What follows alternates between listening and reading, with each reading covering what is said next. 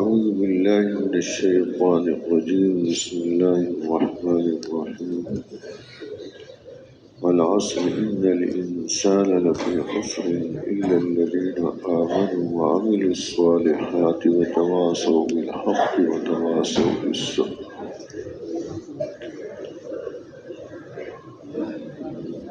قال الله عز وجل قل هذه سبيلي أدعو إلى الله على بصيرة أنا ومن اتبعني وسبحان الله وما أنا من المشركين. وقال النبي صلى الله عليه وسلم الخلق عيال الله فأحب الخلق إلى الله من أحسن إلى عياله أو كما قال صلى الله عليه وسلم.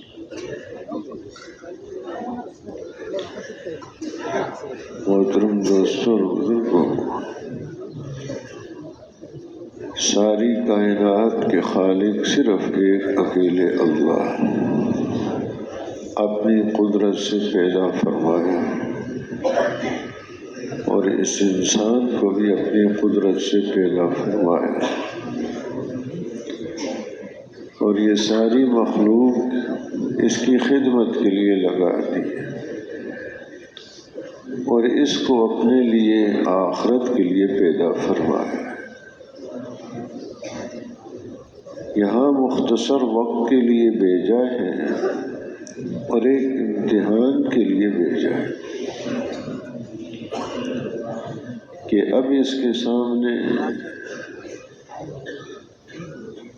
ایک تو اپنا حال ہے اور ایک اللہ کا امر ہے۔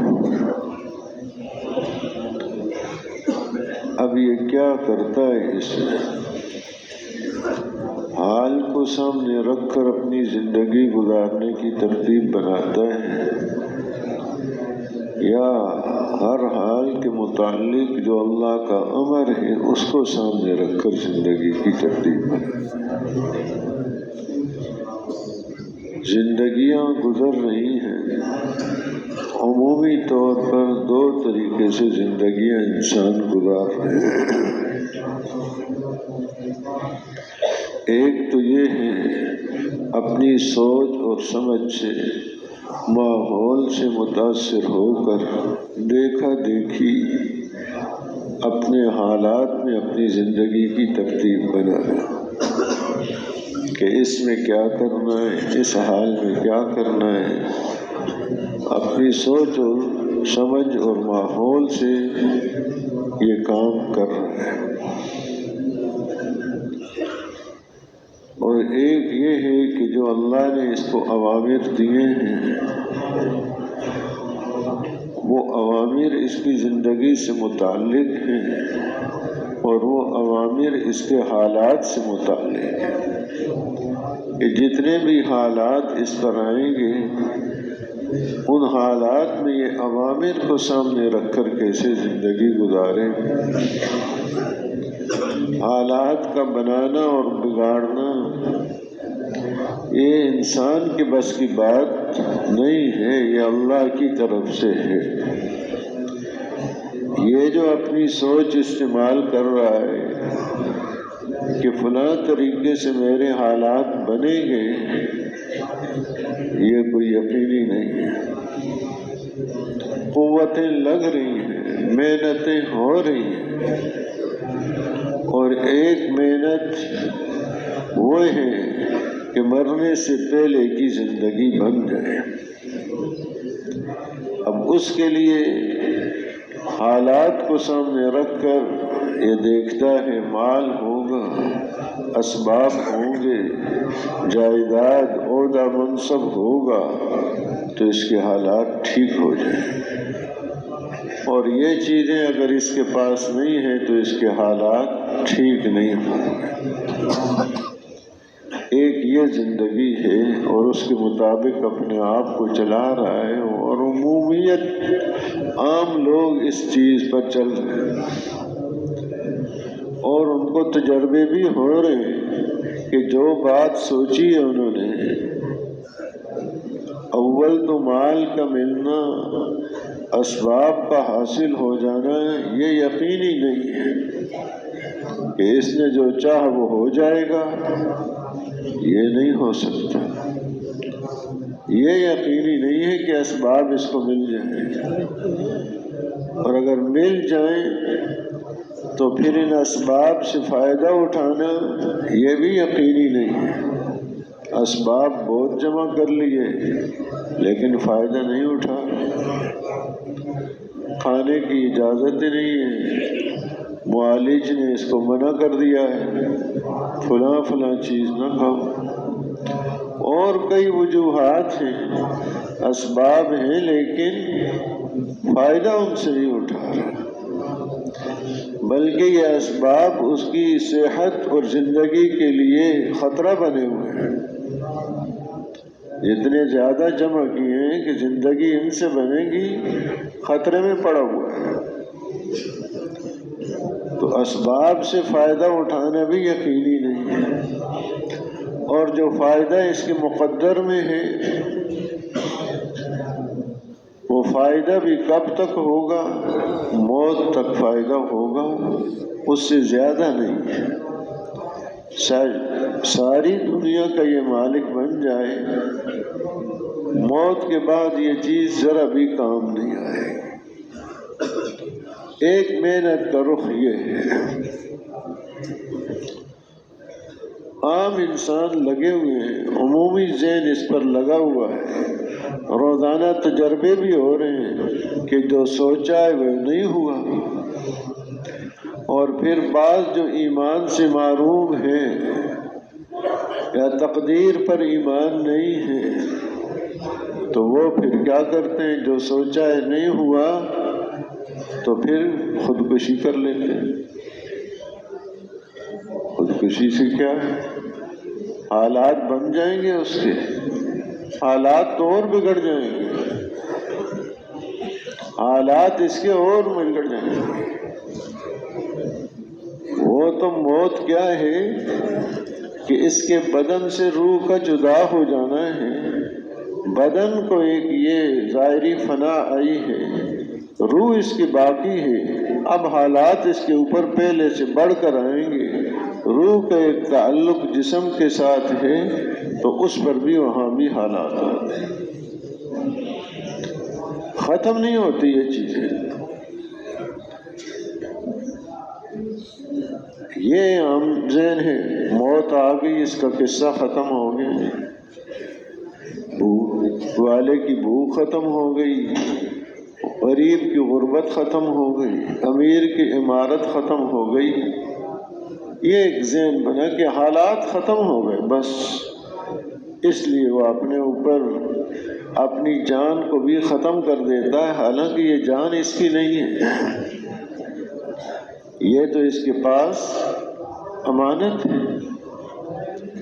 جیسے دوسروں کو مارنا جائز نہیں، اپنے آپ کو بھی مارنا جائز نہیں ہے، اپنے آپ کو نقصان پہنچانا بھی جائز نہیں ہے، یہ اس کے۔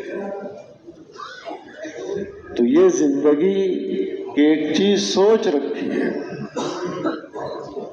ایمان کی دولت سے محروم ہے، اسی رخ کو سب کچھ سمجھ رکھا ہے اور اسی دنیا کو سب کچھ سمجھ رکھا ہے، تو ایک راستہ تو یہ ہے، ایک راستہ وہ ہے جو خالق اور مالک نے مقرر کیا ہے، اوامر کا راستہ ہے، حکم دیا ہے اس کو، فَفَعَلُوا مَا تُؤْمَرُونَ، حالات سے متاثر ہو کر نہ چلو، حال کو سامنے رکھ کر اپنی زندگی نہ بناؤ، بلکہ جو حکم دیا گیا ہے اس کے مطابق کرو۔ فَفَعَلُوا مَا تُؤْمَرُونَ، جو حکم ہے اس کے مطابق حالات ہیں، بیماری آئی ہے، اس میں کیا حکم ہے، اس حکم کو پورا کر دیا، یہ انسان کامیاب ہے، اللہ کی طرف متوجہ ہوا، اللہ سے مانگا اس نے، اور سنت کے مطابق اس نے علاج کیا ہے، اب جو بس میں تھا وہ کر دیا، بس یہ کامیاب ہو گیا۔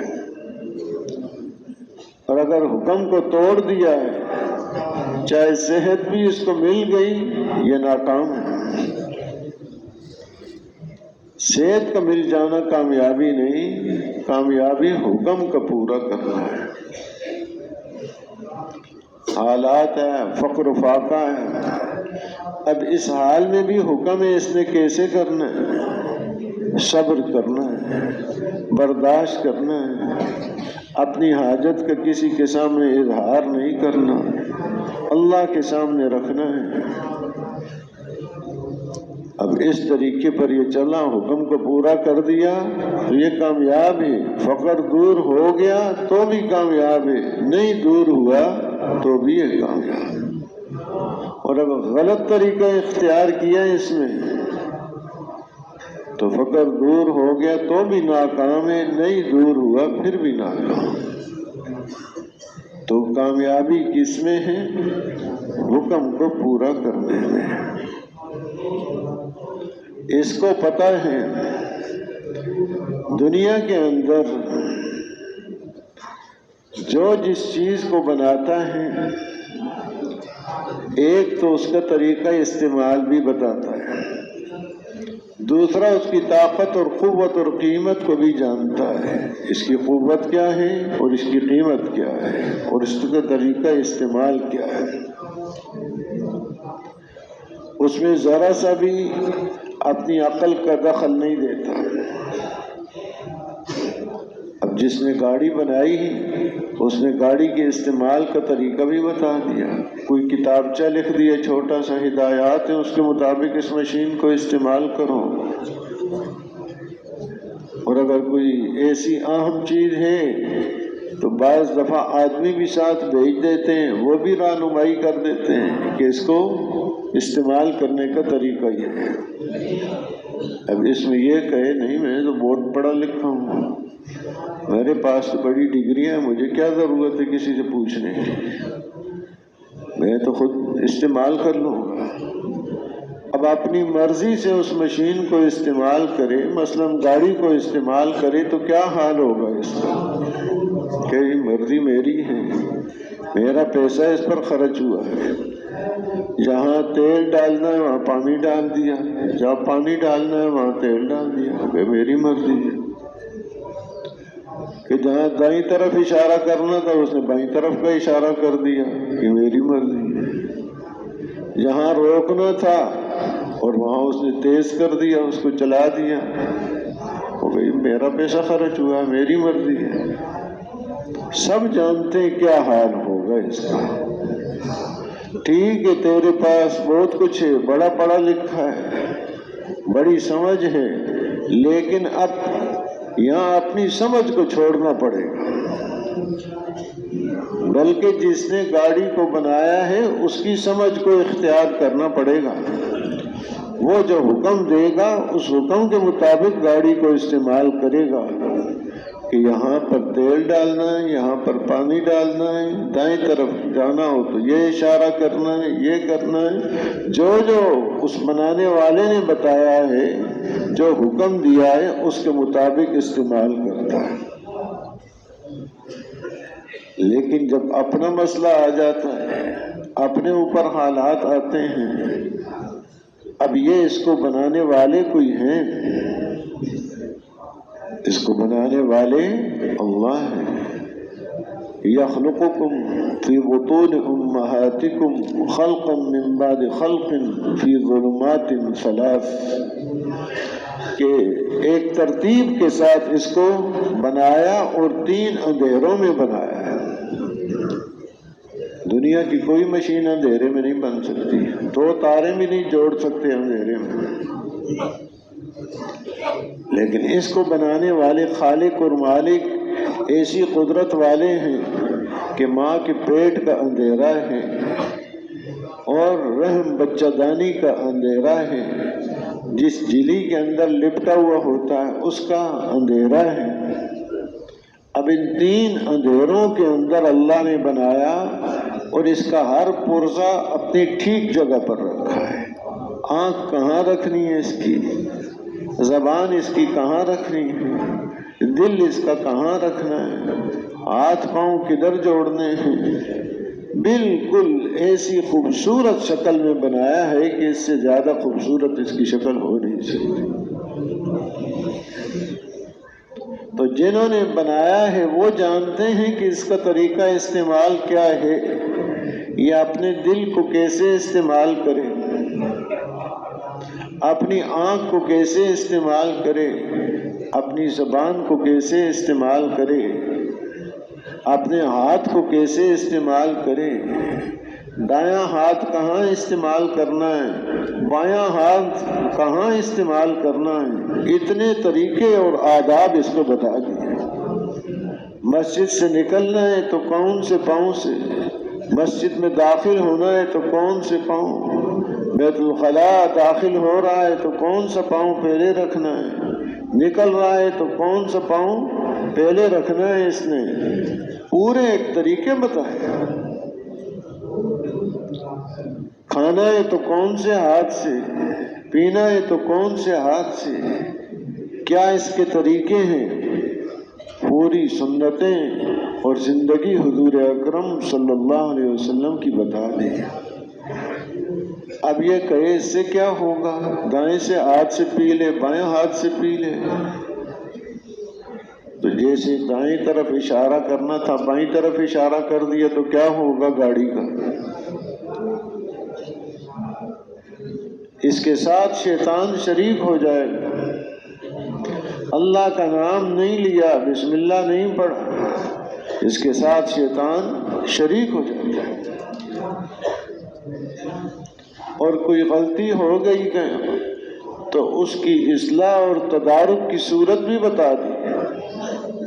شروع میں اگر بسم اللہ نہیں پڑھ سکا تو یاد آ گیا درمیان میں، حتیٰ کہ آخری لقمہ ہے اب بھی طریقہ بتا دیا کہ اس کو کیا کرنا ہے۔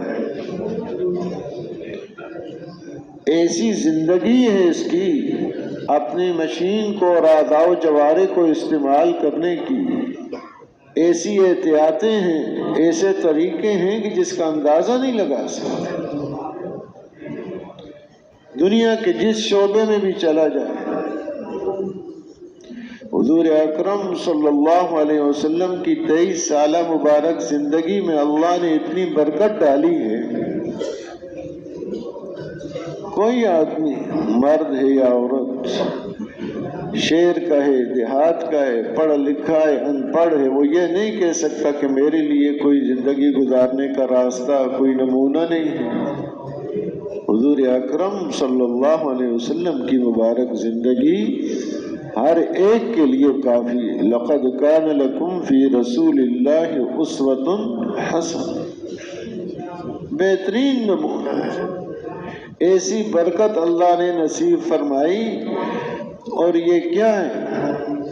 اس لیے کہ اس انسان کے اوپر حالات آئیں گے، حال سے متاثر ہو کے نہ چلے، اپنی زندگی کی ترتیب نہ بنائے، اللہ کا حکم، نبی اکرم صلی اللہ علیہ وسلم کا طریقہ اس حال میں جو ہے اس کو پورا کر لیا اس نے، یہ انسان کامیاب ہے، اور اگر اس کو چھوڑ دیا اس نے یہ ناکام ہے، چاہے ساری دنیا کا یہ مالک بنا ہوا ہے، یہ ناکام ہے۔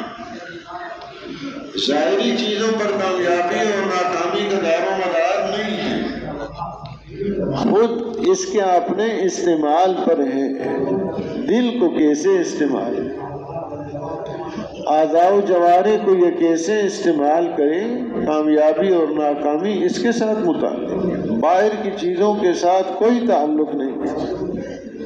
ایک بہت بڑا دھوکہ لگا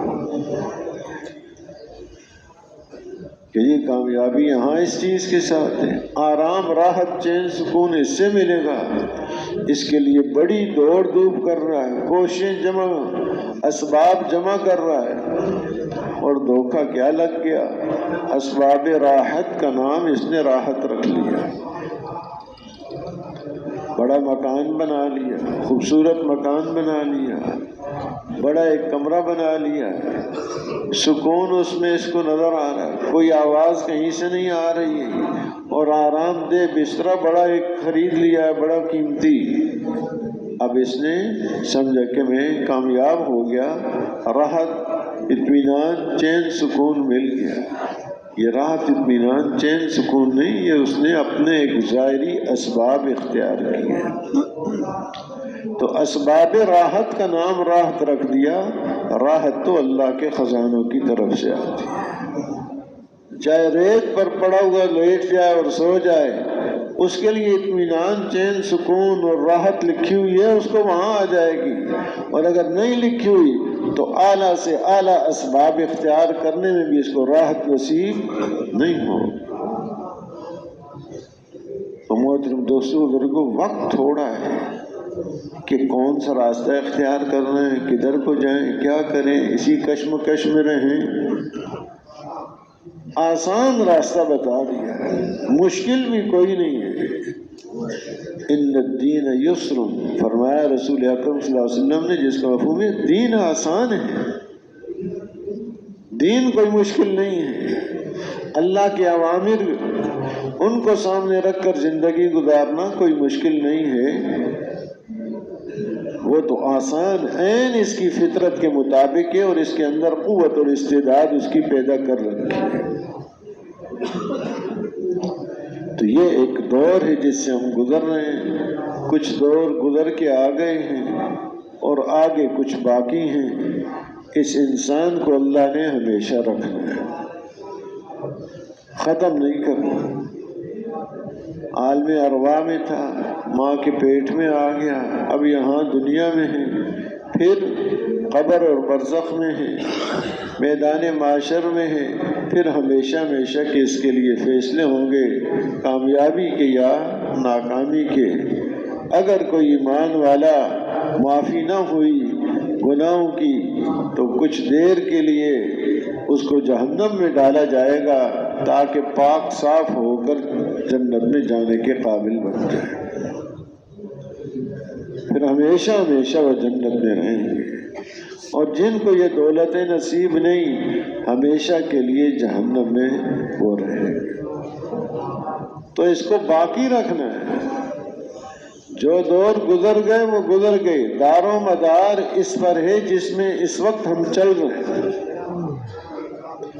یہاں کے حالات کا بھی اور آنے والے تمام حالات کا بھی دار و مدار اس پر ہے کہ آنے والے حالات بھی اس کے بن گئے۔ جیسے عرض کیا، حالات ختم نہیں ہوتے، حالات آدمی پر ختم نہیں ہے۔ حضرت عبداللہ ابن عباس رضی اللہ عنہما حج پہ تشریف لے جا رہے تھے، کچھ لوگ ان کے ساتھ تیار ہو گئے، ہم بھی آپ کے ساتھ جائیں گے۔ راستے میں ایک آدمی کا انتقال ہو گیا، اس کے لیے قبر کھودی، سانپ نکل آیا، دوسری جگہ قبر کھودی، پھر سانپ نکل آیا، اس کو مار رہے ہیں، ڈنڈے مار رہے ہیں، وہ مرتا نہیں ہے، بھاگتا نہیں ہے۔ تیسری جگہ قبر کھودی، پھر سانپ نکل آیا، وہ جا نہیں رہا، مر نہیں رہا، مار رہے ہیں اس کو۔ حضرت عبداللہ ابن عباس رضی اللہ عنہما کے پاس آئے یہ لوگ کہ جی یہ واقعہ ہو گیا۔ انہوں نے فرمایا اس کو اسی اب قبر میں دفن کر دو، کوئی عمل اس کا ظاہر ہو گیا کہ اس عمل پر کیا حال آنا تھا۔ یہ جو ہم یہاں اعمال کر رہے ہیں وہ آخرت میں ایسی شکلوں اور صورتوں میں آ کر ظاہر ہو جائے۔ گئے، حج کیا، واپس آئے علاقے میں تو ان کے گھر والوں کو بتایا کہ ان کا انتقال ہو گیا۔ انہوں نے اور یہ بات بھی ساتھ سنا دی۔ پوچھا کیا عمل تھا ان کا؟ کہا کہ یہ غلے کا کاروبار کرتے اور رات کو ہر بوری سے تھوڑا تھوڑا غلہ نکال لیتے تھے۔ اگلے کو بتا رہے ہیں پورا ہے لیکن کم ہوتا تھا، جو تول بتایا ہے وہ کم ہے کہ جی اتنے کلو ہے، اتنا ہے، یہ ہے، کم کر کے دے دیتے تھے۔ اب یہ عمل ظاہر ہو جائے گا، حالات ختم نہیں ہوتے، حالات آگے آ جائیں گے اور بڑھ کر آئیں گے۔ یہاں کے حالات اور انداز کے ہیں، یہاں کچھ حالات ہیں اور اس کو دور کرنے کے لیے کوئی ظاہری اسباب بھی اللہ نے دے رکھے ہیں، وہاں کے حالات کے لیے کوئی سبب اس کے پاس نہیں ہوگا۔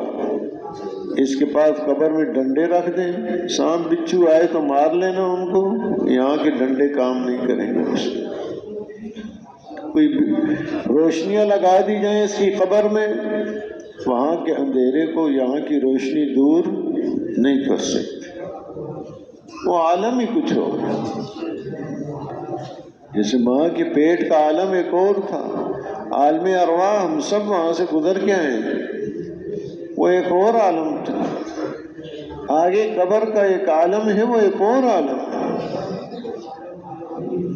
وہ یہاں سمجھنا چاہے تو اس کے لیے ایک ہی راستہ ہے، اللہ کی ذات عالی پر ایمان، رسول اکرم صلی اللہ علیہ وسلم پر ایمان کہ جو آپ نے فرمایا ہے وہ حق اور سچ فرمایا ہے، چاہے آنکھ سے نظر آئے یا نظر نہ آئے۔ اس لیے کہ انبیاء علیہ الصلاۃ والسلام، ان کو اللہ پاک نے حقائق دکھا دیے، حضور صلی اللہ علیہ وسلم کو دکھا دیا گیا جنت اور جہنم، بتایا عمر رضی اللہ عنہ کو، ایک محل دیکھا بڑا سفید، اب وہ دیکھ کے ایسے ہی ایک رات دکھا دیا گیا کہ فلاں کام کرنے والوں کو کیا عذاب ہوگا، رشوت کھانے والوں کو کیا عذاب ہوگا، اور زنا والوں کو کیا عذاب ہوگا، وہ ساری چیزیں آپ کو دکھا دی گئی۔ وہ بینا ہیں، دیکھنے والے ہیں، باقی ساری انسانیت اندھی ہے۔ اب اندھے نے اگر بچنا ہے تو راستہ ایک ہی ہے کہ دیکھنے والے کی بات مان کے چلے۔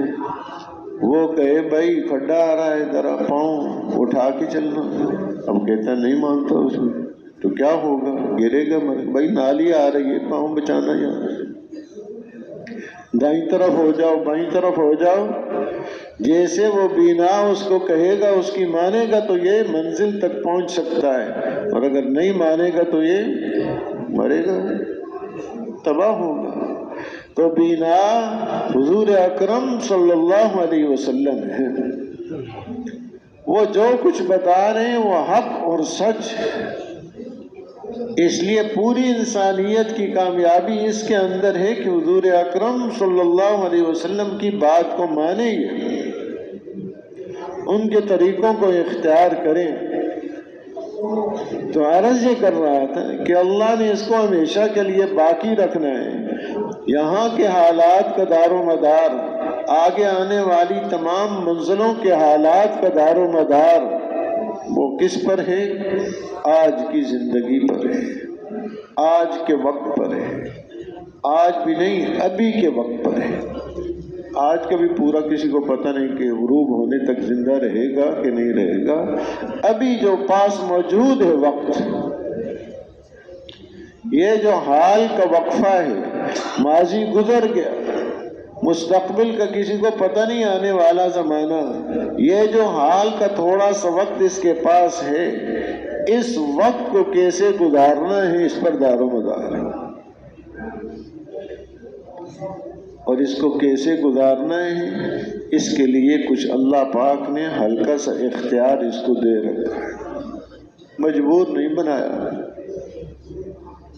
کہ بھئی کچھ بھی نہیں کر سکتا، آنکھ دی ہے لیکن اختیار دیا ہے، جب غلط چیز آئے تو اس کو نیچے کر سکتا ہے، یعنی کہ نیچے نہیں کر سکتا، کوئی ایسے کوئی سڑیا پیچھے گاڑ دیا گیا ہے اوپر ہی رہے گی نگاہ، یہ نگاہ کو جھکا سکتا ہے، اس لیے حکم دیا قل للمؤمنین یغضوا من ابصارهم ویحفظوا فروجهم ذلک ازکی لهم ان اللہ خبیر بما یصنعون، کہ ایمان والوں سے کہہ دیں کہ اپنی نگاہوں کو جھکا لیں، اپنی شرمگاہوں کی حفاظت کریں، اور یہ ہے سب سے بڑا تزکیہ۔ آدمی کو جو تزکیہ کی دولت نصیب ہوگی وہ اس کی حفاظت سے ہوگی۔ آگے یہ چلے گا کس قوت سے؟ اس امر پر وہ قوت بھی آگے بتا دی۔ ان اللہ خبیر بما یصنعون، جتنا اس کے یقین اندر پختہ ہوگا، یہ بات جتنی اندر طاقتور ہوگی، اس آیت پر عمل کرنا اس کے لیے آسان۔ ان اللہ خبیر، کہ بے شک اللہ تعالیٰ باخبر ہیں اس چیز سے جو یہ لوگ کر رہے ہیں۔ یہ نہیں کہ اللہ کو کوئی پتہ نہیں آنکھ کیسے استعمال کر رہا ہے، نہیں، اللہ کو پتہ ہے۔ آنکھوں کی خیانت کو بھی وہ جانتے ہیں۔ حضرت عبداللہ بن مسعود رضی اللہ تعالی عنہ فرماتے ہیں آنکھوں کی خیانت کیا ہے کہ غلط دیکھ رہا تھا، کسی اور نے دیکھ رہا، فوراً نگاہ کو دوسری طرف پھیر لیا، وہ تو سمجھ گیا کہ بھائی یہ غلط نہیں دیکھ رہا، اس کی نگاہ تو صحیح استعمال ہو رہی ہے، لیکن اللہ کو پتہ ہے اس نے یہ جو خیانت کی وہ اللہ کو پتہ لگا، اللہ کے علم میں ہے۔ اب اس کو صحیح چلانے کے لیے اندر کی ایک قوت اور طاقت چاہیے، اختیار اس کو دے رکھا ہے۔ اب آنکھ کو اس نے جھکا لیا، اللہ کا حکم مان لیا، ایمان اور اعمال کی حلاوت اور تزکیہ اس کو نصیب ہو جائے گا۔ اور اگر آنکھ کو اس نے نیچے نہ کیا، دیکھتا رہا مسلسل، تو اس کو کبھی تزکیہ اور ایمان اور اعمال کی حلاوت نصیب نہیں ہو سکتی۔ ہاتھ دیا ہے اس کو، ہاتھ کو کیسے استعمال کریں مجبور نہیں، ہلکا سا اختیار، پورا اختیار نہیں دیا۔ حضرت علی رضی اللہ تعالیٰ عنہ سے کسی نے پوچھا کتنا اختیار دیا ہے، کتنا اس کو مجبور رکھا ہے؟ انہوں نے فرمایا اس آدمی سے ایک پاؤں اٹھاؤ، ٹانگ اٹھاؤ ایک اوپر، کہا آپ اسی وقت دوسرا پاؤں بھی اوپر کر لو۔ میں نے کہا جی ایک وقت میں تو دونوں پاؤں اوپر نہیں ہو سکتے، ایک پاؤں زمین پر، ایک۔ کہا اتنا اس کو اختیار بھی دیا اور اتنا ساتھ مجبور بھی رکھا ہے، یہ نہیں کہ جو چاہے یہ وہ کرے گا، یہ بھی نہیں۔ یہ بوڑھا ہونا نہیں چاہتا، بوڑھا ہو کے رہے گا، بیمار ہونا نہیں چاہتا، بیماری آئے گی تو یہ بیمار ہو کے رہے گا، یہ مرنا نہیں چاہتا، موت تو آ کے رہے گی۔ ہلکا سا اختیار دیا ہے، ہاتھ کو کیسے استعمال کرے۔ یتیم بچے کے سر پر ہاتھ پھیرے اللہ کو راضی کرنے کے لیے، اور یتیم بچے کو مار کر منہ سے بھی لقمہ نکال لے، کیسے استعمال کر رہا ہے یہ ہاتھ کو۔ اختیار دونوں دے رکھے ہیں اس کو، اس پر دار و مدار ہے اس کے یہاں کی زندگی کا بھی اور آخرت کی زندگی کا بھی۔ یہاں کے بھی جو حالات بنیں گے وہ اچھے اعمال کی وجہ سے، ایمان اور یقین کے صحیح ہونے کی وجہ سے بنیں گے، اور حالات جو یہاں کے بھی بگڑیں گے وہ اعمال کے بگڑنے کی وجہ سے۔ یہ ہو نہیں سکتا اعمال بگڑے ہوئے ہوں حالات اچھے بن جائیں، بالکل نہیں ہو سکتا۔ ظاہری کوئی نقشہ زیب و زینت کوئی دھوکہ لگ سکتا ہے۔ قارون کے اعمال بگڑے ہوئے تھے، ظاہری نقشہ بنا ہوا نظر آ رہا ہے۔ دوسرے بھی کہتے ہیں جب اس کو دیکھتے ہیں بڑی زیب و زینت کے ساتھ، بڑے مال کے ساتھ نکل رہا ہے، تو کہتے ہیں یا لیت لنا مثل ما اوتی قارون انہ لذو حظ عظیم، کاش ہمیں بھی ایسا مل جاتا، یہ تو بڑے نصیبے والا ہے۔ اب اس کو کیا کہہ رہے ہیں؟ بڑے نصیبے والا ہے۔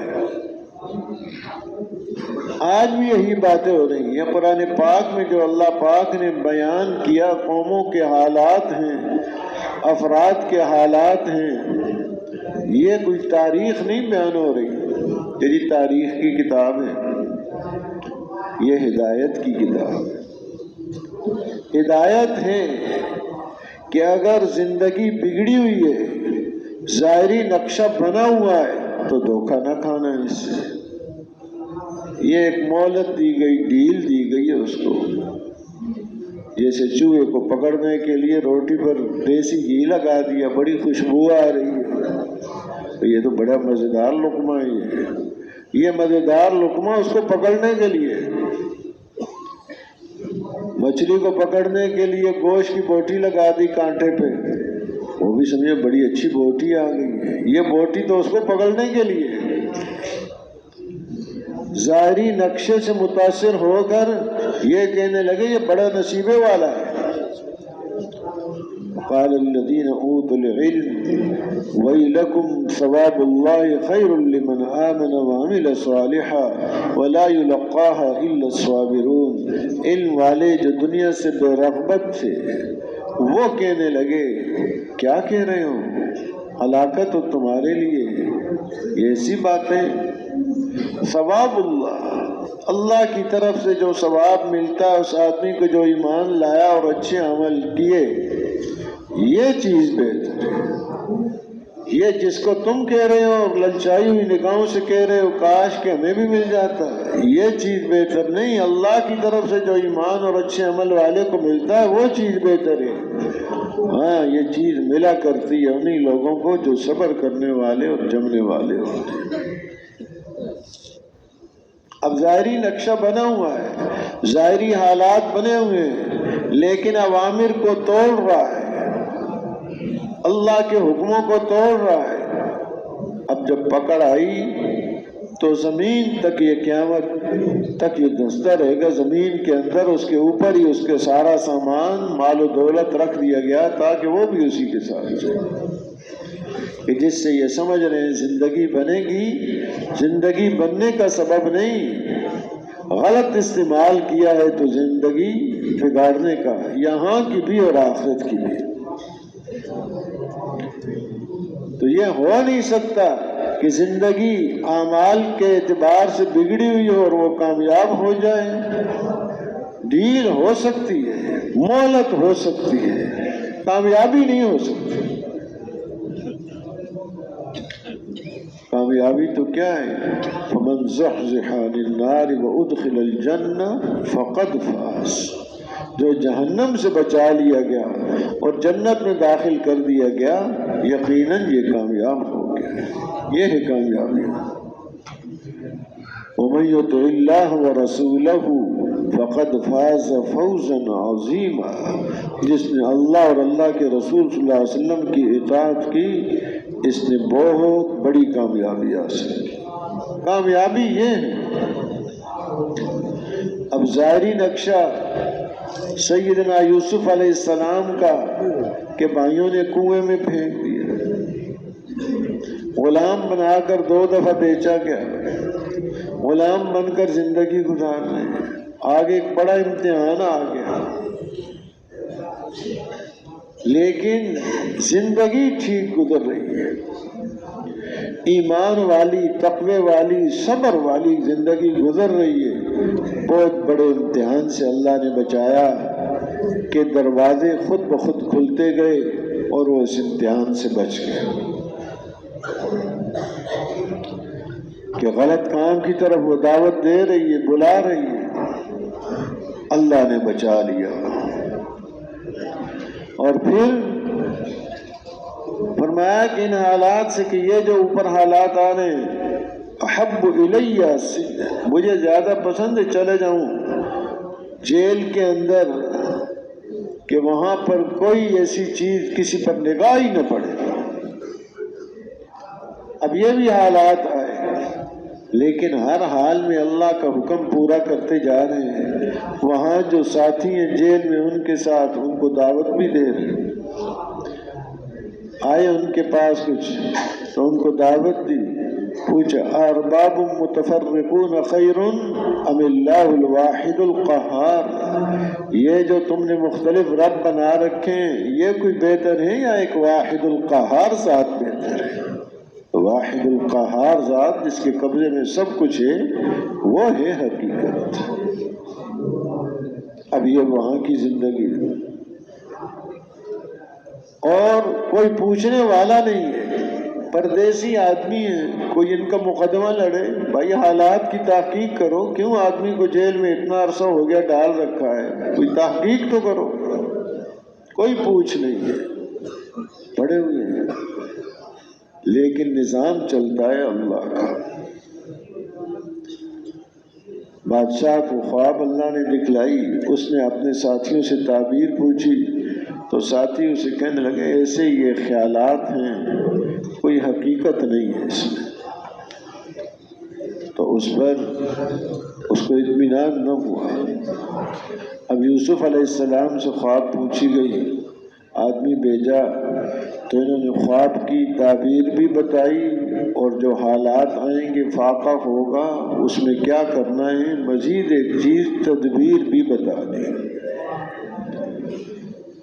بادشاہ نے کہا ایسا سمجھدار آدمی اور ہم نے جیل میں ڈال رکھا ہے، اس کو تو میرے پاس لاؤ، ائتونی بہ، میرے پاس لے کر آؤ، یہ تو بڑا خاص آدمی ہے، میں استخلص لنفسی، اپنے لیے اس کو خالص رکھوں گا، امور سلطنت میں، بادشاہ کے کاموں میں اس سے مشورہ لوں گا۔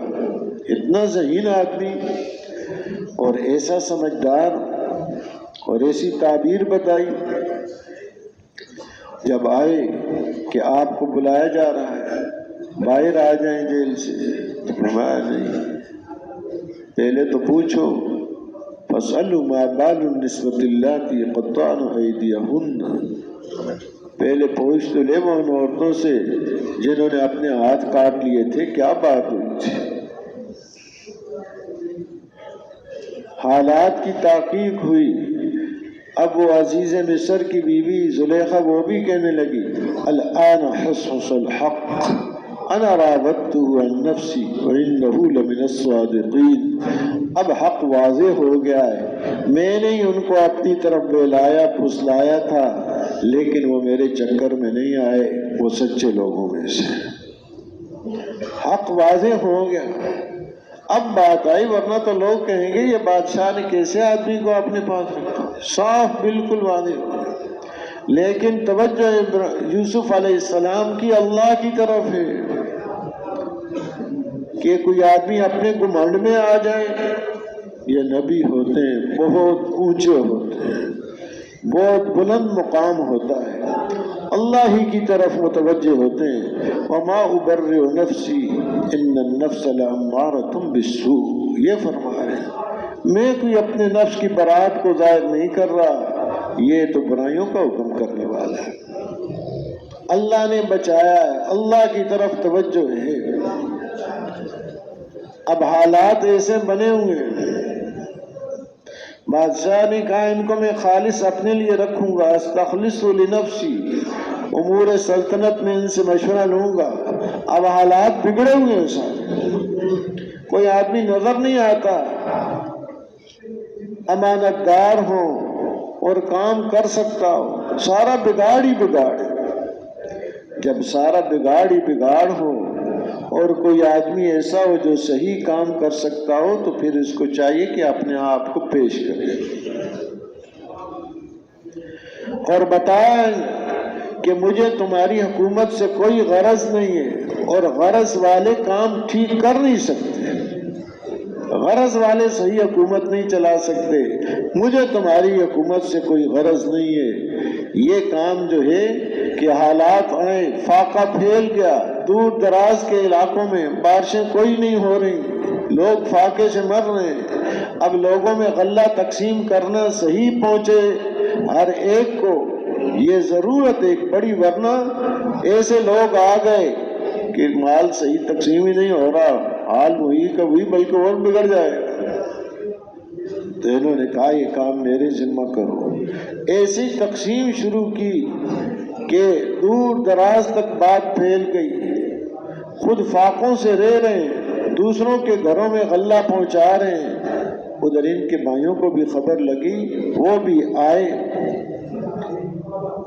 غلہ لینے کے لیے، انہوں نے تو دیکھتے ہی پہچان لیا کہ یہ میرے بھائی ہیں، لیکن وہ نہ پہچان سکے۔ ایک دفعہ آئے، دوسری دفعہ آئے، تیسری دفعہ آئے، تو بات سامنے رکھی، وہ پہچان نہیں رہے تھے۔ جب بات سامنے رکھی، اب کہتے ہیں اچھا آپ یوسف ہیں، انت یوسف، تو فرمایا ہاں انا یوسف، وہذا اخی، اور یہ ہے میرے بھائی، قد من اللہ علینا انہ من یتق ویصبر فإن اللہ لا یضیع اجر المحسنین، کہ اللہ پاک نے میرے اوپر احسان فرمایا ہے۔ حالات کیسے آئے ہیں، ظاہری نقشہ کیسا نظر آ رہا ہے، لیکن ایمان کی دولت ہے، تقوی کی دولت ہے۔ بھائی تعجب کر رہے ہیں ہم نے کیا معاملہ کیا اور یہ کہاں پہنچے ہوئے ہیں، تو بتائیے تعجب کی بات نہیں ہے، اللہ کا قاعدہ ہے اور قانون ہے، من یتق ویصبر فإن اللہ لا یضیع اجر المحسنین، جو بھی تقوی اختیار کرے گا، صبر اختیار کرے گا، اللہ پاک نیکی کرنے والوں کے اجر کو ضائع نہیں کیا کرتے۔ تو یہ قاعدہ ہے، یہ بتا دیا کہ تم حیران ہو رہے ہو، حیرانگی کی کیا بات ہے؟ کوئی بھی ہو، کسی زمانے میں بھی ہو، تقوی اختیار کر لیا، اللہ کا ڈر ہے دل کے اندر، اللہ کی نافرمانی سے یہ ڈرتا ہے، یہ چیزیں اس کو نصیب ہیں، حالات آئے کوئی اس میں صبر کرتا ہے، جزا فضا شکوہ شکایت نہیں کرتا، تو اللہ پاک ایسے لوگوں کے اجر کو ضائع نہیں کرتے، دنیا میں بھی عطا فرماتے ہیں اور آخرت میں بھی عطا فرماتے ہیں۔ تو یہ ہے حالات کا نقشہ ظاہری کیسا ہی ہو، بنا ہوا ہے یا بگڑا ہوا ہے، اس پر دار و مدار نہیں ہے۔ یہاں کی دنیا کے یہ نقشے جیسے دو قصے عرض کر دیے، قارون کا نقشہ بنا ہوا نظر آ رہا ہے، ایمان اعمال بگڑا ہوا ہے، وہ تباہ ہو کے رہ گیا۔ یوسف علیہ السلام کا نقشہ کیسے حالات آ رہے ہیں، ایمان ہے، تقوی ہے، صبر کی دولت سے اللہ نے نوازا ہوا ہے، اللہ پاک نے دنیا کی بھی عزتیں اور آخرت کی بھی عزتیں نصیب فرمائی ہیں۔ یہ انسان کو اللہ نے اختیار دے رکھا ہے، اب کیسے چلنا ہے کہ یہاں کے حالات، آگے آنے والی تمام منزلوں کے حالات، اس کا دار و مدار آج پر، میں نے عرض کیا ابھی پر، اب کیا کرنا ہے میں، اب میرا وقت کیسے گزرے، کیونکہ ہمارے پاس یہی ہے، آگے کا پتہ کوئی نہیں، اس سانس کے بعد دوسرا سانس ہے کہ نہیں ہے، جو اندر گیا ہے سانس باہر بھی آ سکتا ہے کہ نہیں آ سکتا۔ تو جو ابھی میرے پاس لمحہ ہے وہ ایسے گزرے کہ اللہ پاک راضی ہو جائیں، اس لمحے سے یہاں کی زندگی بھی بنے گی، آخرت کی بھی تمام زندگی حالات جو آئیں گے وہ اس پر بنیں گے۔ اس کے لیے انسان کو اللہ نے اختیار دیا ہے، حالات کا تعلق ظاہری اسباب سے نہیں جوڑا، مال ہوگا تو حالات بنیں گے، نہیں ہوگا تو نہیں بنیں گے، بلکہ حالات کا تعلق جوڑا ہے اس کے جسم سے نکلنے والے اعمال کے ساتھ، اس کے دل کی کیفیت کیا ہے، حالات کو اس کے ساتھ جوڑ رکھا ہے۔ اور جسم سے نکلنے والے جو اعمال ہیں وہ اعمال بھی مال و دولت اور اسباب کے ساتھ ان کا کوئی تعلق نہیں کہ مال ہوگا تو اس کی آنکھ دیکھے گی، یہ غریب آدمی ہے اس کی آنکھ نہیں دیکھ سکتی، مال ہوگا تو اس کے کان سنیں گے، زبان بولے گی، یہ غریب فقیر آدمی ہے، مال نہیں ہے اس کی زبان بولتی نہیں ہے، بالکل نہیں جوڑا۔ ان اعضاء و جوارح کا استعمال، ان اعمال کا استعمال مال کے ساتھ نہیں جوڑا، جیسے حالات کو مال کے ساتھ نہیں جوڑا اسباب کے ساتھ، ایسے ہی اس کے جسم کا استعمال بھی اسباب کے ساتھ نہیں جوڑا بلکہ اعضاء و جوارح کا استعمال دل کے ساتھ جوڑا۔ اس لیے حضور اکرم صلی اللہ علیہ وسلم کے ارشاد گرامی کا مفہوم یہ ہے، الا ان فی الجسد لمضغہ اذا صلحت صلح الجسد کلہ واذا فسدت فسد الجسد کلہ الا وہی القلب، کہ انسان کے جسم میں گوشت کا ایک ٹکڑا ہے، ہمارا توجہ سے سن لو، یعنی تنبیہ کر رہے ہیں پہلے سے، کوئی ایسی عام بات نہیں ہے، اور نبی کی تو کوئی بات بھی علیہ الصلاۃ والسلام کی کوئی بات بھی عام نہیں ہوتی، ہر بات ہدایت ہی ہدایت ہے۔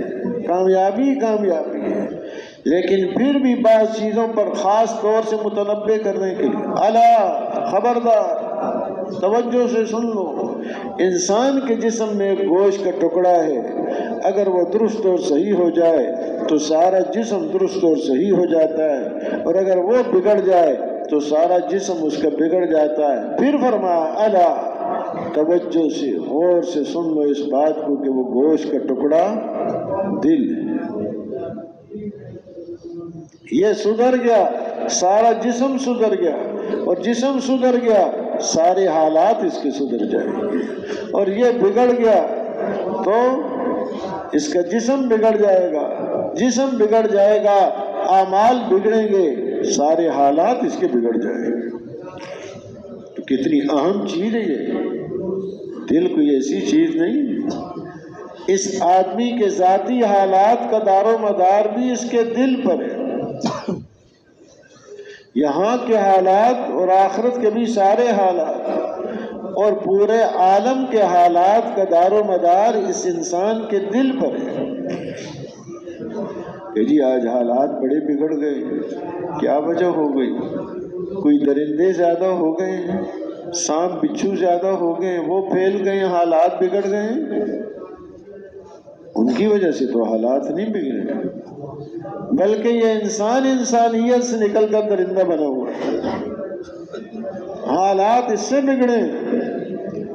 سانپ بچھو جنگل کے درندوں سے حالات نہیں بگڑتے، حالات کا بننا اور بگڑنا اس انسان پر موقوف ہے، ایسا ربط ہے اس کا، جیسے آگ پر آپ پانی ڈالیں اس کا کیا اثر ہوگا، آگ پر آپ پیٹرول ڈال دیں کیا اثر ہوگا، سب جانتے ہیں۔ جتنا اس میں تاثیر نظر آ رہی ہے، اس سے زیادہ تاثیر انسان کے جسم سے نکلنے والے عمل کی ہے۔ جب جھوٹ بولتا ہے، حدیث پاک کا مفہوم ہے، اتنی بدبو ہوتی ہے فرشتے 1 میل دور چلے جاتے ہیں، بھاگ جاتے ہیں۔ یہ تو اللہ نے یہاں چھپا رکھا ہے کہ دنیا کے ایک نظام چلانا ہے، جیسے ایک ظاہری گندگی کوئی کپڑوں پر لگی ہوئی ہو، پاخانہ وغیرہ، کوئی بیٹھے گا اس کے پاس، بھاگے گا، دور رہے گا۔ اس سے زیادہ گندگی ہے جھوٹ بولنے کی، یہ تو ظاہری گندگی ہے، وہ اندر ایک باطنی گندگی ہے، اس کی گندگی پھر آگے قبر میں ظاہر ہوگی، کتنی بدبو ہوگی، روح بدبودار ہو جائے گی، روح سیاہ ہو جائے گی، اور آگے آخرت میں اس کی یہ روح اس کو عذاب جسم کو دینے کے لیے پھر یہی چیز، یہ جھوٹ اور اس کے برے اعمال، جیسے ابھی ایک عرض کیا، سانپ کی شکل، بچھو کی شکل، آگ کی شکلیں وہ بن جائیں۔ یہ تو ایک چھپانے کے لیے، اچھا عمل ہے تو اس کی اچھی تاثیر، برا عمل ہے تو اس کی بری تاثیر۔ برف پہ ہاتھ رکھا فوراً پتہ چل جاتا ہے، آگ پہ ہاتھ رکھو فوراً پتہ چل جائے گا اس کی کیا تاثیر ہے۔ اس سے زیادہ تاثیر انسان کے جسم سے جو اعمال نکل رہے ہیں، آنکھ نے کیسا دیکھا ہے فوراً اس کا اثر پڑ جائے گا، زبان کیا بولی ہے فوراً اس کا اثر پڑ جائے گا، کان نے کیا سنا ہے۔ ایک حدیث پاک کا مفہوم ہے کہ گانا سننے کی وجہ سے اندر نفاق پیدا ہوتا ہے، اب جو اس کے کان میں جا رہا ہے وہ اندر کیا پیدا کرے گا، منافقت پیدا ہو جائے گی، اس کے اندر دو رخی ہو جائے گی، ایک کو ایک چہرہ دکھاتا ہے، دوسرے کو دوسرا چہرہ دکھاتا ہے، یہ حالات اس کے بن جائیں گے، کہیں اطمینان نہیں ہوگا اس کو، ایسے ہی پھرتا رہے گا۔ اعمال کی مستقل تاثیر ہے، جو ہی نیک عمل کیا نقد انعام اللہ پاک دیتے ہیں، دل کا اطمینان، چین، سکون نصیب فرماتے ہیں، دیر نہیں لگتی، نقد انعام ہے۔ الذین آمنوا وتطمئن قلوبهم بذکر اللہ الا بذکر اللہ تطمئن القلوب۔ اللہ کا ذکر اللہ کا ذکر زبان سے بھی، دل سے بھی، اور اعضاء و جوارح کو اللہ کی اطاعت میں لگانا، یہ ذکر فوراً دل کو اطمینان۔ حالانکہ دل کا اطمینان آج سب سے بڑا مسئلہ ہے، اور ہر وقت رہا، جب سے دنیا چل رہی ہے، انسان چل رہے ہیں، اس کے دل کے اطمینان کا مسئلہ بہت بڑا مسئلہ ہے۔ اور بیماری تو چلو کچھ بیماری ہے وہ بھی، لیکن دل کی پریشانی لگ گئی تو یہ بیچارہ کسی کام کا نہیں رہے گا، پریشان حال ہے، سب کچھ موجود ہے، پریشان، سوچ صحیح کام نہیں کر رہی، پریشان ہے۔ پریشانیوں کا حل صرف اللہ نے دین میں رکھا ہے، دین کا کوئی عمل بھی اس نے اختیار کیا ہے، فوراً پریشانی دور ہو جائے گی۔ دوسرا نقد انعام یہ عطا فرماتے ہیں، اس کو دوسری نیکی کی توفیق مل جاتی ہے، آگے بڑھتا ہے۔ اس لیے فرماتے ہیں کسی نیکی کو چھوٹا نہیں سمجھنا چاہیے، آداب ہیں، مستحبات ہیں، کسی نیکی کو بھی چھوٹا نہیں سمجھنا۔ یہ نیکی آگے بڑھنے کا ذریعہ ہے۔ مسجد میں داخل ہوئے فوراً کون سا قدم ہے، ایک نگاہ ہو اس کے اوپر، نکل رہے کون سا قدم ہے، یہ نیکیاں اس کی زندگی کو بنائیں گی۔ کھانا ہے کون سا ہاتھ استعمال کیا ہے، پہننا ہے کون سا ہاتھ استعمال کیا ہے، یہ آداب اس کو آگے بڑھاتے ہیں۔ پھر آگے اس کو سنتوں کی توفیق دیتے ہیں اللہ پاک، پھر آگے اس کو فرائض کی توفیق دیتے ہیں، اور فرائض کی توفیق مل گئی، آگے اپنی معرفت سے نواز دیتے ہیں اللہ پاک اس کو۔ یہ ایک مستقل زندگی ہے۔ اور ایسے ہی گناہ کیا تو نقد سزا، نقد سزا کیا ہے، دل کا پریشان ہے، کوئی بھی گناہ، کوئی ظاہری وقتی لذت وہ اور چیز ہے، دل کی پریشانی کا لاحق ہونا اور چیز ہے، دل کی پریشانی اس کو لاحق ہو جائے گی۔ یعنی آدمی دیکھیے جس کی دھرتی میں رہ رہا ہے، جس کا کھا رہا ہے، جس کا پہن رہا ہے، اسی کے سامنے اس کی نافرمانی کرے تو اس کا کیا حال ہوگا۔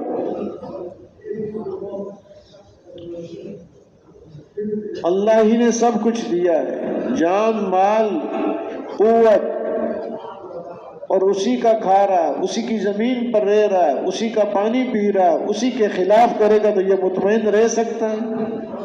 اسی کے سامنے کر رہا ہے، چھپ تو سکتا نہیں کہیں، تو اس کو دل کا اطمینان نصیب نہیں ہو سکتا، فوراً پریشانی لاحق ہوتی ہے۔ دوسری نقد سزا یہ ملتی ہے، اگلے گناہ کی طرف بڑھ جاتا ہے، پھر اگلا گناہ، پھر اگلا گناہ۔ اس لیے فرماتے ہیں کسی گناہ کو چھوٹا نہیں سمجھنا چاہیے، یہ گناہ آگے بڑھائیں گے آہستہ آہستہ، بڑے بڑے گناہوں تک کا یہ ذریعہ بن جاتے ہیں۔ اور گناہ مثال کے طور پر ایک بچھو ہے، اب یہ کہیں چھوٹا بچھو ہے کوئی بات نہیں پکڑ لیتا ہوں، چھوٹا بچھو بڑا بچھو کیا خیال ہے، چھوڑے گا وہ اس کو؟ وہ تو ڈنگ مارے گا، وہ تو ڈس کے رہے گا اس کو، اس کی تکلیف سے زیادہ تکلیف اس گناہ کی ہے۔ اور بعض علماء تو یہ فرماتے ہیں ایک صغیرہ گناہ، کبیرہ گناہ، یہ بھی گناہوں کی آپس میں نسبت کے اعتبار سے کہ فلاں غلام فلاں کے اعتبار سے چھوٹا ہے اور یہ اس سے بڑا ہے، ورنہ اللہ کی عظمت اور بڑائی اور اللہ کی شان کو دیکھا جائے تو ہر گناہ بڑا ہے، کیونکہ جس کا کھا رہا ہے اسی کے خلاف کر رہا ہے، جس نے یہ اعضاء و جوارح دیے اسی کے خلاف استعمال کر رہا ہے، اور وہ بڑی عظیم ذات ہے۔ جیسے بے ادبی کرنا کسی کی بھی بے ادبی ہے، لیکن والد کی بے ادبی اور گستاخی کرے تو تھوڑا سا غصے کی نگاہ سے دیکھ لے تو اس کو بہت بڑا بے ادب کہیں گے، کیونکہ والد کے احسانات ہیں اس کے اوپر، والدہ کے احسانات ہیں اس کے اوپر، جنہوں نے احسانات کیا ان کو بھی ترچھی نگاہ سے دیکھ رہا ہے، یہ تو بڑا گستاخ آدمی ہے، حالانکہ والد والدہ نے پیدا نہیں کیا، کس نے پیدا کیا؟ اللہ نے۔ وہ تو ایک ظاہری وجود کا سبب ہے۔ تو جیسے والد والدہ کی معمولی سی نافرمانی بھی بڑی نافرمانی شمار ہوگی، اللہ کی ذات عالی کی ہر نافرمانی وہ بڑی نافرمانی ہے۔ تو یہ اختیار دے رکھا ہے اس کو اللہ پاک نے، اپنے اختیار کو یہ کیسے استعمال کر رہا ہے، وقت یہی ہے، صحیح استعمال کرے، اس کے حالات یہاں کے بھی اور آخرت کے بھی صحیح، غلط استعمال کیا اپنے اختیار کو، یہاں کے بھی اور آخرت کے بھی حالات بگڑ جائیں گے۔ اور جیسے عرض کیا، مال اسباب کے ساتھ نہ حالات کا تعلق ہے، نہ اس کے اعضاء کے استعمال کا تعلق ہے، تعلق کس کے ساتھ ہے؟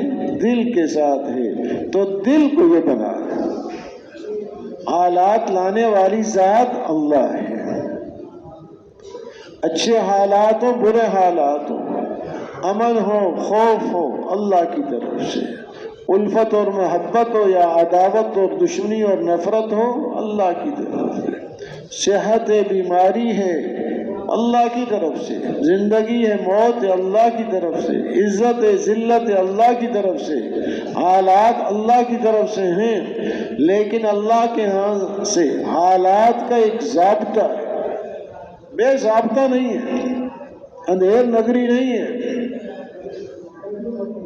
کہ اعمال اور دل بگڑا ہوا ہے اور حالات اچھے آ جائیں، اندھیر نگری نہیں ہے، ایمان اور اعمال بنے ہوئے اور حالات بگڑ جائیں یہ نہیں ہے۔ جیسے ابھی دو قصے عرض کیے، قارون کے ایمان اور عمل بگڑا ہوا تھا، ظاہری نقشہ کش سے بگاڑ اس کے اوپر آ کے رہا، تباہ ہو کے رہا۔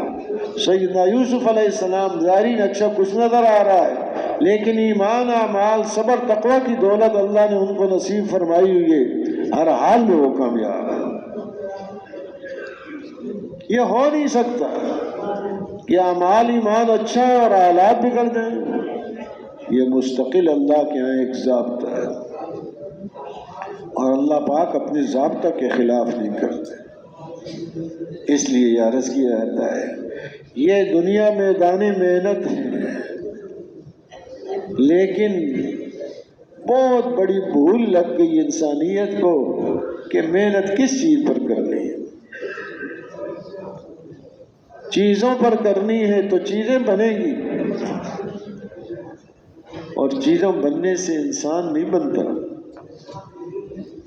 بے شمار کارخانے کھول دیے، نئی نئی چیزیں بن رہی ہیں، پڑھنے پڑھانے کے بے شمار انتظامات کر دیے، وہ سارا یہ دنیا سے فائدہ اٹھانے کی چیزیں یہ حاصل کر رہے ہیں، لیکن اس سے انسان نہیں بنے گا۔ انسان تو بنتا ہے صرف انبیاء علیہ الصلوۃ والسلام کی مبارک محنت سے، اور کسی محنت سے انسان نہیں بنتا۔ کارخانے بہت کھول لیے جی، ترقی ہو گئی، ترقی کہاں ہوئی؟ انسان بنا ہے کہ نہیں بنا؟ چیزیں بنا لی آپ نے، کپڑا بنا لیا اور ایجادات کر دی، زمین سے لے کے آسمان تک کی ساری فضا کو اس نئی نئی ایجادات سے پر کر دیا جائے، انسان کے بننے کا ذرا بھی اس کے ساتھ کوئی تعلق نہیں۔ اور اس کو کیا کہا جا رہا ہے؟ یہ آج ترقی کا دور ہے، چیزوں کی کثرت کا نام ترقی رکھ دیا ہے، حالانکہ فرمایا فلما نسوا ما ذکروا به فتحنا علیہم ابواب کل شیء، جو نصیحت کی گئی جب اس کو بھول گئے تو اللہ پاک نے فرمایا ہم نے ہر چیز کے دروازے کھول دیے، لو یہ چیزیں، ان چیزوں کی کوئی قیمت نہیں اللہ کے۔ اور عرض کیا پہلے، یہ دنیا کی نعمتیں بھی دیتے ہیں، اس میں دو اعتبار ہیں، ایک ہے ڈھیل اور مہلت، معصیت کے باوجود اگر چیزیں یا نعمتیں مل رہی ہیں تو یہ خطرناک گھنٹی ہے اس کے لیے، ادھر معصیت ہے اور نعمتیں آ رہی ہیں، بڑا خطرناک مرحلہ ہے، یہ مہلت دی جا رہی ہے، پکڑ آئے گی اچانک، پھر حیران ہو کے رہیں گے فَإِذَا هُمْ مُبْلِسُونَ، یہ کیا ہو گیا؟ ہاں، ایمان پر، تقوی پر، صبر پر جو ملے گا وہ مہلت نہیں، وہ برکت ہے۔ فرمایا وَلَوْ أَنَّ أَهْلَ الْقُرَىٰ آمَنُوا وَاتَّقَوْا لَفَتَحْنَا عَلَيْهِمْ بَرَكَاتٍ مِّنَ السَّمَاءِ وَالْأَرْضِ۔ اگر یہ بستیوں والے ایمان کو اور تقوی کو اختیار کر لیں، اللہ پاک فرماتے ہیں ہمیں ان کے اوپر زمین و آسمان کی برکتوں کو کھول دیں۔ برکت سے مسائل حل ہو جاتے ہیں، اسباب سے مسئلے حل نہیں ہوں گے۔ برکتیں اٹھا لی جائیں، چھوٹا چھوٹا مسئلہ ایک بہت بڑا مسئلہ اور پریشان کن مسئلہ بن جائے۔ مسئلوں کا حل برکت ہے، اور برکت کس پر ہے؟ آمنوا واتقوا ولو ان اہل القرى آمنوا واتقوا۔ ایمان اور تقوی پر برکتیں ملتی ہیں۔ تو اب ضرورت اس بات کی کہ محنت ہو رہی ہے چیزوں پر، نام رکھ لیا اس کا ترقی کا زمانہ، حالانکہ وہ انسان تو اور گرتا جا رہا ہے۔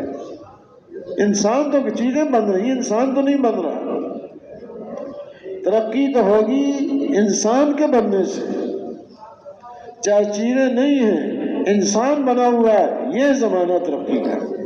بھوک سے زندگی گزر رہی ہے، فاقے سے زندگی گزر رہی ہے، سواری کوئی نہیں، رہنے کے لیے مکان کوئی نہیں ہے، انسان بنا ہوا ہے، یہ ہے ترقی کا زمانہ۔ حضور اکرم صلی اللہ علیہ وسلم کے ارشاد گرامی ہے خیر القرون قرنی ثم الذین یلونہم ثم الذین یلونہم او کما قال صلی اللہ علیہ وسلم، کہ زمانوں میں سے بہترین زمانہ حضور صلی اللہ علیہ وسلم نے فرمایا میرا زمانہ۔ تو ترقی کا زمانہ کن کا ہے؟ حضور اکرم صلی اللہ علیہ وسلم کا زمانہ ہے، اور پھر صحابہ کا زمانہ ہے، تابعین کا زمانہ ہے، کہ جن زمانوں میں انسان بنے ہوئے تھے، ایسے بنے ہوئے تھے کہ نظام عالم ان کے لیے مسخر اور انسانیت کی ہدایت کا ذریعہ بن رہے تھے۔ انسان کی ترقی ہے تو بھول بہت بڑی ہے۔ آدمی ہوش میں آ جائے، محنت کا رخ بدل جائے، چیزوں کی بجائے اپنے اوپر محنت کرے، اپنے آپ کو بنائے، اور اپنے آپ کو بنانے میں پہلی محنت دل کی محنت ہے۔ دل کو بنا لے، ہر غیر کا تأثر اندر سے ختم ہو جائے، اللہ کی ذات عالی کا تأثر پیدا ہو جائے، ایسی محنت ہو، اور اپنے اعضاء و جوارح کو بنا لے۔ دل بن گیا، اعضاء و جوارح بھی بن جائیں گے۔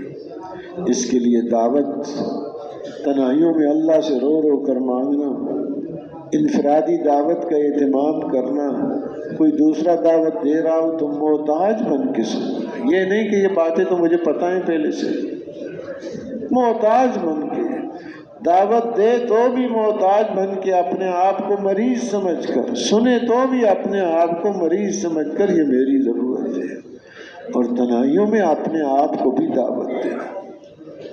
حاجی صاحب رحمۃ اللہ علیہ فرماتے تھے پختگی جو آئے گی وہ اس سے آئے گی، تنہائی میں اپنے آپ سے بھی بات کرے، جو دوسروں کو دعوت دے رہا ہے اپنے کو بھی دعوت دے۔ دکان سے کچھ نہیں ہوتا، میری دکان سے بھی کچھ نہیں ہوتا، اپنے آپ کو بھی دعوت کرنے والی ذات اللہ پاک ہے۔ اور اللہ پاک نے فضل و کرم فرمایا، اعمال میں سے ایک عمل ایسا دے دیا ہے کہ جس کی برکت سے سارے اعمال بن جاتے ہیں، وہ نماز کا عمل ہے۔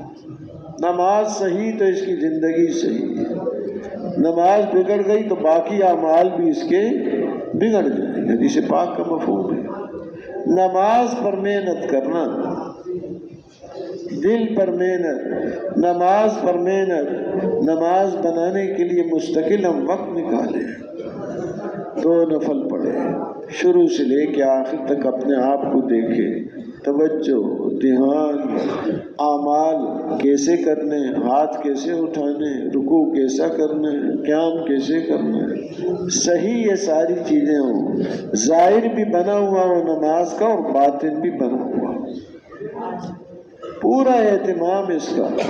یہ زندگی اللہ نے اس کے لیے دی ہے، اب اللہ کے راستے میں نکلے ہوئے ہیں، اور کوئی ہماری مشغولی تو ہے نہیں، اپنے اوپر محنت کرنا، دوسروں کو دعوت دینا، اس سے مقصود بھی کیا ہے؟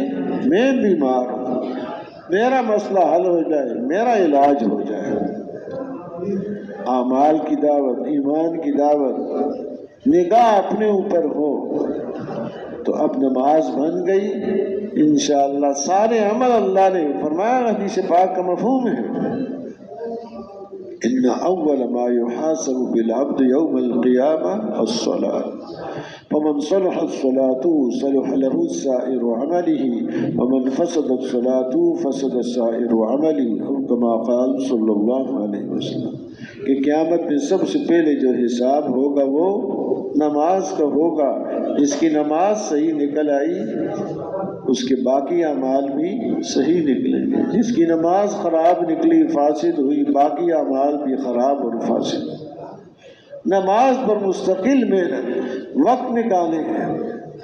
کوئی ذمہ فرائض پہلے سے ہیں ان کو تو پورا کرنا بہت ضروری ہے، اور وقت نکال کر اپنے اوپر محنت کریں۔ 2 رکعات پڑھی، فرض میں بھی نماز بنانے کی محنت، سنت میں بھی، نوافل میں بھی 2 نفل، ابھی کچھ کمی رہی 2 اور پڑھے، ابھی پوری نہیں ہوئی، ابھی پوری 2 رکعتیں صحیح نہیں پڑھی، دھیان بدل گیا تھا، پھر 2 اور۔ مولانا یوسف صاحب رحمۃ اللہ علیہ فرماتے ہیں 500 دفعہ بھی پڑھنی پڑ جائے تو 500 دفعہ پڑھیں، ہم تو 1 دفعہ بھی نہیں پڑھتے۔ اللہ معاف کہ میں یہ نماز پڑھ رہا ہوں، مجھے نماز پڑھنی نہیں آتی، میں اپنی نماز کو بنانے کے لیے نماز پڑھوں۔ اسی طرح کرتے رہیں گے موت تک سیکھتے رہیں گے۔ اللہ پاک اپنے فضل سے نماز کی حقیقت نصیب ہے، اور اللہ پاک سے مانگنا بھی۔ تو یہ ایک محنت کا وقت اللہ نے دیا ہے۔ جب یہاں نکلنے کے زمانے میں ان چیزوں کا اہتمام ہوگا تو انشاءاللہ اپنے مقام پر اور پوری زندگی ان کا، کیونکہ وہاں پر بھی یہی محنت کرنی ہے۔ یہ نہیں کہ یہاں تو دل ہے اور جسم ہے تو گھر گئے تو دل نہیں ہے، وہاں بھی دل بنانے کی محنت کرنی ہے۔ اعضاء و جوارح صحیح استعمال ہو جائیں، وہاں بھی یہی محنت ہے۔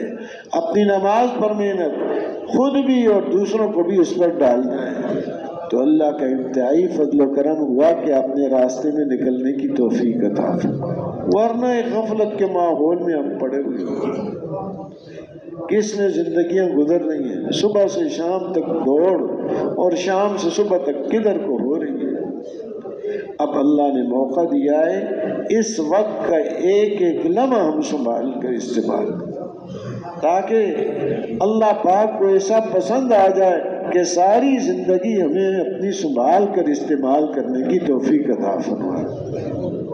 ہر وقت کہ بھائی یہ لمحہ حال کا میرے پاس ہے، آئندہ کا کوئی پتہ نہیں، اس کو تو میں ٹھیک گزاروں، اس میں تو کوئی ایسی بات نہ ہو، اس میں تو میرا دل بنتا جائے، میرے اعضاء بنتے جائیں، اخلاق بنتے جائیں، اخلاص نصیب ہوتا جائے۔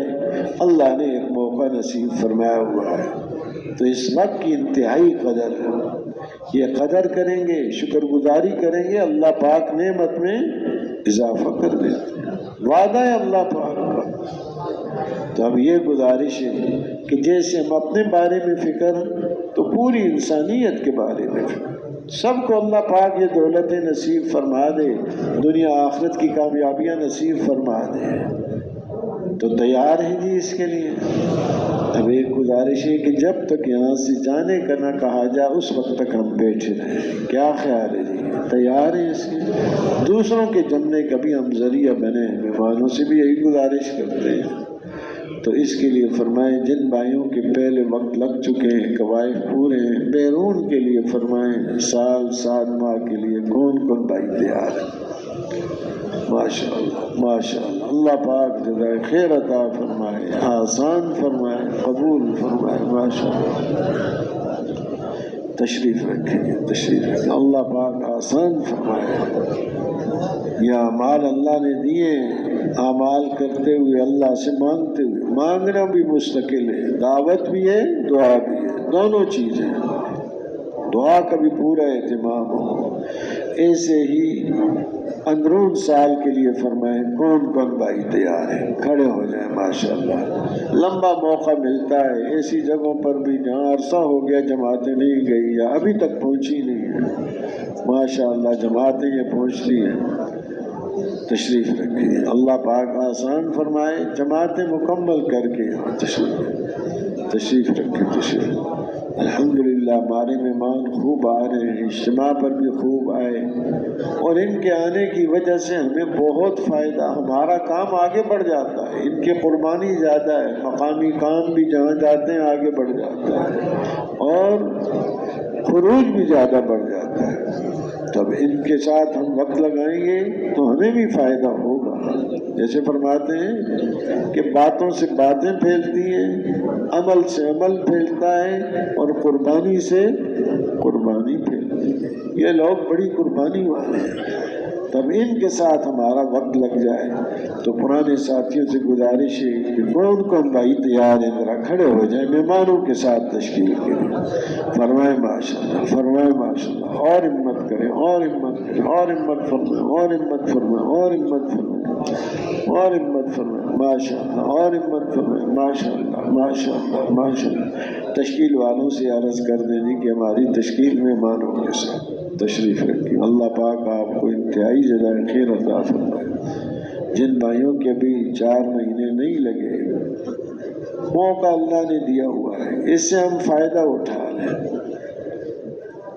اپنی ضرورت بھی ہے ہماری، تو یہ گزارش ہے کہ انشاءاللہ 4 مہینے پورے کر کے جائیں گے، چلے کے لیے آئیں یا تھوڑے وقت کے لیے، 4 مہینے انشاءاللہ پورے کر کے جائیں گے۔ فرمائیں کون کون بھائی تیار ہیں؟ انشاءاللہ 4 مہینے پورے کر کے جائیں گے۔ ماشاءاللہ، ماشاءاللہ، ماشاءاللہ۔ اللہ پاک جزائے خیر عطا فرمائے۔ اعمال کے اہتمام، دعاؤں کا اہتمام، تشریف رکھیں، تشریف رکھیں، تشریف رکھیں، تشریف رکھیں۔ ایسے ہی قریب کے علاقوں میں اور شہروں میں جماعتیں بہت چاہتی ہیں، دور دراز کے علاقے باقی رہ جاتے ہیں۔ ہم نے تو کام کو دیکھنا ہے، سردی ہے، گرمی ہے، موسم کیسا ہے، یعنی کام کیسا ہے، کام کی ضرورت ہو جہاں وہاں۔ تو اس کے لیے فرمائیں کون بھائی تیار ہے، دور سے دور تشکیل ہو جائے، ہمت فرمائیں ماشاءاللہ، ہمت کریں۔ جتنا مشقت ہوگی اتنا اجر ہوگا، اجر باقی رہے گا ہمیشہ کے لیے، مشقت تو 1-2 دن میں ختم ہو جاتی ہے۔ اور فرمائیں، اور فرمائیں، اور فرمائیں، اور فرمائیں ماشاءاللہ، اور فرمائیں، اور فرمائیں کہ دور سے دور تشکیل ہو جائے۔ تو تشکیل والوں سے عرض کر دیں کہ ہماری ترتیب اس طرح ہے، تشریف رکھیں۔ اور اللہ کے راستے میں ہیں، مسافر ہیں، مسافر کی دعا قبول ہوتی ہے۔ اللہ پاک سے ہم یہ مانگیں، اپنے لیے بھی، اپنے خاندان کے لیے بھی، پوری امت کے لیے، کہ اللہ پاک ہم سب کو قبول فرما لیں۔ تو ایک ترتیب بن جائے کہ ہر موقع پر یہ دل کی اعمال بنانے کی محنت اور دوسروں کو اس کے لیے تیار کرنے کی محنت، اللہ کے راستے میں بھی اور اپنے مقام پر بھی، تو یہ صورت ہو جائے۔ ہر سال 4 مہینے تو نقل و حرکت کے اور 8 مہینے اپنے مقام پر اس کام کو کرنا ہے۔ تو اس کے لیے فرمائیں کون کون بھائی تیار ہے؟ ہر سال 4 مہینے، ماشاءاللہ، ماشاءاللہ، ماشاءاللہ، ماشاءاللہ۔ اللہ پاک آسان فرمائے، قبول فرمائے۔ تشریف رکھیں، تشریف رکھیں۔ اللہ پاک آسان فرمائے، قبول فرمائے۔ تشریف رکھیں، تشریف رکھیں، تشریف رکھیں۔ جو بھائی کھڑے ہیں قریب والے بھائی، ان کو بٹھا دیں۔ اللہ آپ کو ہدایت خیر دے۔ ابھی اعلانات ہوں گے انشاءاللہ، تشریف رکھیں۔ تشکیلیں انشاءاللہ 9:30 بجے ہوں گی۔ جو جماعتیں اللہ کے راستے سے کام کر کے آئی ہیں، کارگزاری ہو چکی، تشکیل نہیں ہوئی ہے، 9:30 بجے نیچے 131 نمبر ستون پر تشریف لے جائیں، وہاں انشاءاللہ ان کی تشکیلیں ہوں گی۔ اور جن جماعتوں نے ابھی تک کارگزاری نہیں سنائی، ان سے گزارش ہے 10 بجے مسجد کے نچلے حصے میں مشرق کی طرف جہاں کارگزاری کے حلقے لگتے ہیں وہاں تشریف لے جائیں اور کارگزاری سنائیں۔ کل جو جماعتیں بنی تھیں ان کے لیے روانگی کی بات 10 بجے انشاءاللہ اسی ممبر پر ہوگی۔ ذمہ دار بھائیوں کی خدمت میں عرض ہے وقت کا اہتمام ہو، 10 بجے سے پہلے اپنی جماعتوں کو مکمل کر کے یہاں ممبر کے سامنے تشریف لائیں، روانگی کی بات سنیں، پھر آخر میں دعا، اس کے بعد اللہ کے راستے میں روانگی ہوگی۔ جن احباب نے ہر سال 4 مہینے کے لازم فیصلہ فرمایا ہے، مغرب کی نماز کے بعد نیچے ستون نمبر 146 پر تشریف لے جائیں، وہاں انشاءاللہ ان کی ہر سال 4 مہینے کی تشکیل کی ترتیب بنے گی، تو اس کا اہتمام کریں گے نا انشاءاللہ۔ اب مجلس کی ختم کی دعائیں پڑھ لیں۔